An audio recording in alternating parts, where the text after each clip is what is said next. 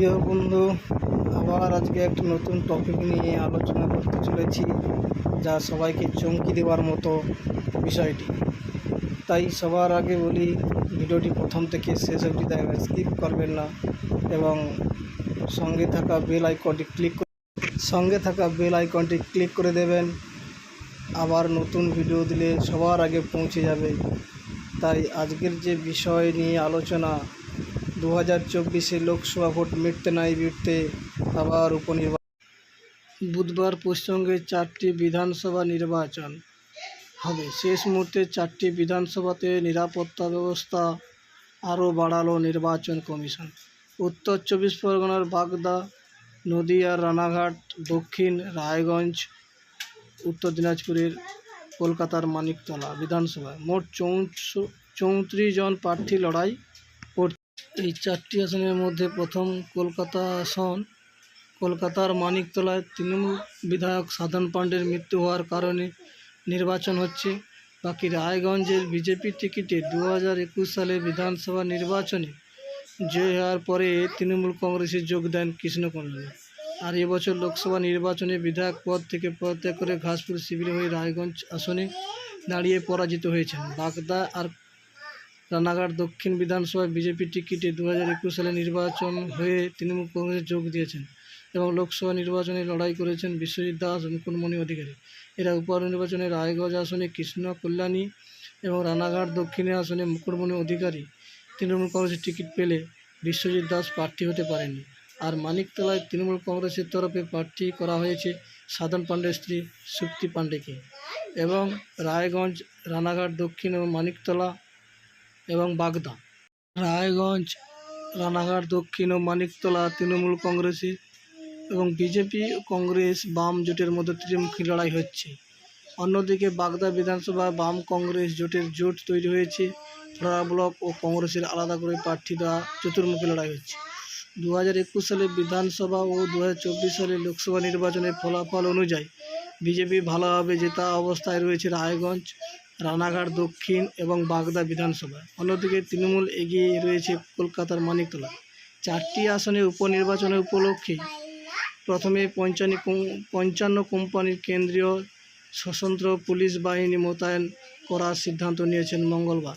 সেই সংখ্যা বাড়িয়ে 70 কোম্পানির করার কথা ঘোষণা করেছে নির্বাচন কমিশন। রানাঘাট, দক্ষিণ, বাগদা, রায়গঞ্জ 4 কোম্পানি করে কেন্দ্রীয় বাহিনী থাকবে, আরও বাড়ানো হবে। নির্বাচন কমিশনের সূত্রে জানা গেছে, আরও রায়গঞ্জে 12 থেকে বাড়ানো হলো 16 কোম্পানি কেন্দ্রীয় বাহিনী। রানাঘাট দক্ষিণ বিধানসভা ক্ষেত্রে 15 থেকে 19 কোম্পানি, বাগদায় 16 থেকে বেড়ে 20, মানিকতলাতে 12 থেকে 15 কোম্পানির বাহিনী মোতায়েন থাকবে। 4টি বিধানসভায় মোট বুথের সংখ্যা 1097, তার মধ্যে রায়গঞ্জে 212, রানাঘাট দক্ষিণে 307, বাগদায় 301 কোম্পানি 301 ও মানিকতলায় 277টি বুথ। প্রতি বুথে কেন্দ্রীয় বাহিনী থাকবে। কমিশন সূত্রে আরও জানা গেছে, রানাঘাট দক্ষিণে স্পর্শকাতর বুথের সংখ্যা 62, মানিকতলায় 21, বাগদায় 39 ও রায়গঞ্জে 20। রায়গঞ্জে কুইক রেসপন্স টিম মোতায়েন থাকবে 38টি, রানাঘাট দক্ষিণে 30টি, বাগদায় 30টি, মানিকতলা 49টি। এবারে উপনির্বাচনে রায়গঞ্জের পোস্টাল ভোট পড়েছে 226, মানিকতলায় 253, বাগদায় 275 ও রানাঘাট দক্ষিণে 226টি ভোট পড়েছে পোস্টাল ভোট। এর পাশাপাশি নির্বাচন কমিশন আরও কঠোরভাবে মাইক্রো অবজারভার থাকছে। রানাঘাট দক্ষিণে 216, মানিকতলায় 29, বাগদায় 25, রানাঘাট দক্ষিণে 59 ও রায়গঞ্জে 18 জন করে মাইক্রো অবজার্ভার থাকবে।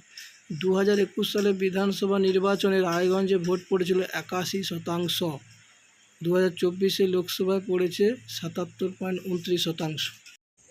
রানাঘাট দক্ষিণে ভোটের শতাংশ 85.2 ও 81.54%, বাগদায় 79 ও 76%, মানিকতলায় 62 ও 68%।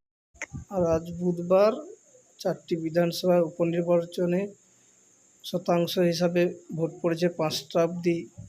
রায়গঞ্জে 67% এবং রানাঘাট দক্ষিণে 65 এবং বাগদাতে 65% এবং মানিকতলাতে সর্বোপরি 62% ভোট পড়েছে।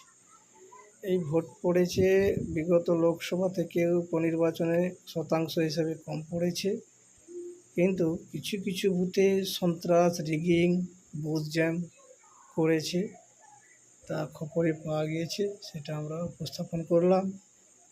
মানিকতলাতে কিছু বস্তি এলাকায় গণ্ডগোল করেছে, এছাড়া মোটামুটি শান্তিপূর্ণভাবে ভোট হয়েছে। এছাড়া রানাঘাট দক্ষিণে প্রচুর সন্ত্রাস, রিগিং হয়েছে। বেলা 11টা অবধি পাওয়া খবর নির্বাচন কমিশনের সূত্রে যে 26টি অভিযোগ পড়েছিল, তার মধ্যে 20টি অভিযোগ ছিল রানাঘাট দক্ষিণ বিধানসভা কেন্দ্র থেকে। এবং রানাঘাট দক্ষিণে বোম, পিস্তল, বিভিন্ন সন্ত্রাস সৃষ্টি করেছে বিজেপির তরফ থেকে অভিযোগ করেছে নির্বাচন কমিশনে। এছাড়াও বাগদা কিছু কিছু বুথে র্যাগিং, সন্ত্রাস হয়েছে। সর্বোপরি মোটামুটি শান্তিপূর্ণভাবে ভোট হয়েছে। ভোটের রেজাল্ট 13ই জুলাই ফল প্রকাশিত হবে। ওই দিন জানা যাবে কে কটি আসনে জিতেছে। এ বিষয়ে কিছু খবর থাকলে আমরা খবরটি আবার উপস্থাপন করব। ধন্যবাদ সবাইকে আরেকবার।